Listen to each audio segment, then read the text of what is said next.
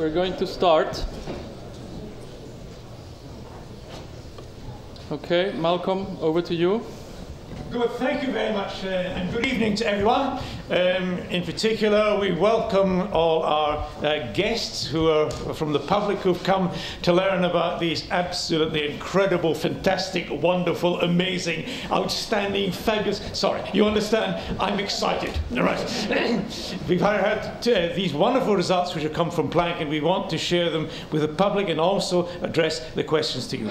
Let me just introduce who we are. I'm Malcolm Longair. I'm from the University of Cambridge. I've been doing cosmology for a very long time.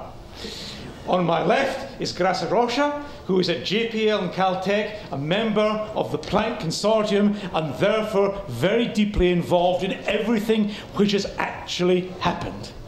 And on my right is Bruce Partridge from Harvard College, USA, also a member of the Planck Consortium, who has been in the subject almost as long as I have.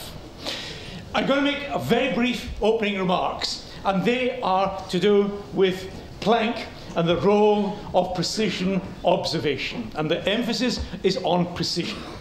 Precise experiment and observation are at the heart of all the great discoveries of modern science. And I'm going to give you two examples. One of my great favourites is Tycho Brahe and his discovery of which led to the discovery of Kepler's laws of motion. He built his two great observatories on the island of Hven in order to improve the accuracy with which the positions of the sun, moon, stars, and planets were known. He was funded by Frederick II of Denmark to the tune of 1% of the gross national product of Denmark. That is proper funding for science. Sorry, for astronomy. His instruments were the most advanced of the time, and they led to an increase in precision of the measurements by a factor of 10. He did what all of us would love to do, which was to employ, as a research assistant, Kepler. Quite a good choice for a research assistant.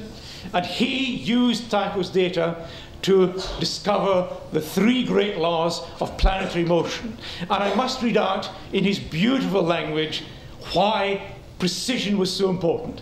Divine providence granted to us such a diligent observer in Tycho Brahe that his observation convicted this Ptolemaic calculation of an error of 8 minutes of arc. The accuracy of his measurements was 1 to 2 arc minutes.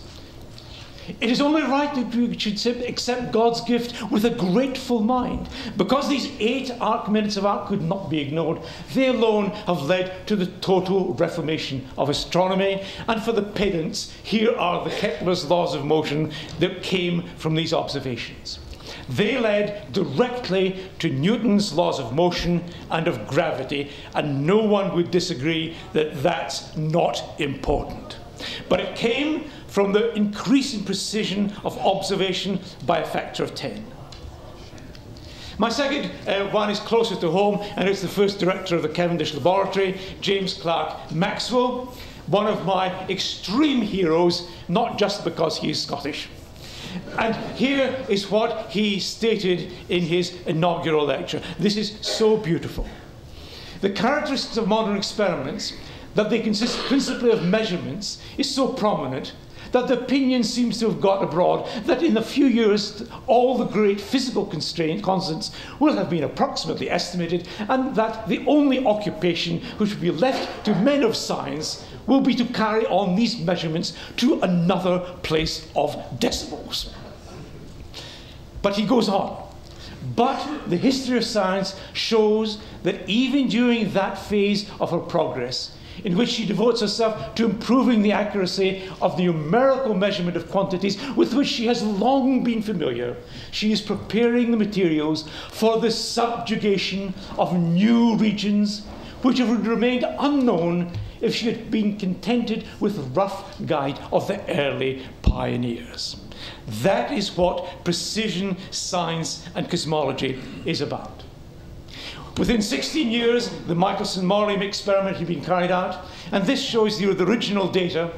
The dotted line there is only 1/8 of the amplitude of the predicted variation of the motion due to the motion of the Earth through the hypothetical ether.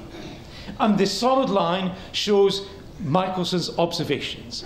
It is around about 50 sigma. It is a hugely significant. Nobody ever doubted the accuracy of the experiment. But again, special relativity came from the understanding that we had to account for that. Again, it's this role of precision. So my last slide, here it is, the role of precision observations. The moral of examples is that fundamental discoveries come from the precise measurements and observations. The rule of thumb that I use is that every factor of 10 improvement in precision and accuracy results in new insights into the workings of our universe. And that's what Planck is offering us in tackling the great problems of cosmology. Now, that is my homily. That is my sermon. And now, let us get down to details. First, Bruce will tell us how we got there. Over to you.